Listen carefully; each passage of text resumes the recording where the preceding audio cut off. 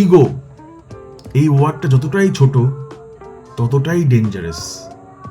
মাত্র 3টে লেটারের একটা ওয়ার্ড, ইজিও, ইগো, কিন্তু এর যে ডিস্ট্রাকশন ক্ষমতা, এর যে ধ্বংসাত্মক রূপ, সেটা অনেক অনেক অনেক বড় এই ওয়ার্ডটার তুলনায়। এটা তোমার একটা দীর্ঘ দিনের, দীর্ঘ বছরের সুমধুর প্রেমের সম্পর্ককে জাস্ট তুড়ি বাজিয়ে ধ্বংস করে দিতে পারে। তাই চেষ্টা করো সবসময় নিজের ইগোটাকে কন্ট্রোলে রাখতে।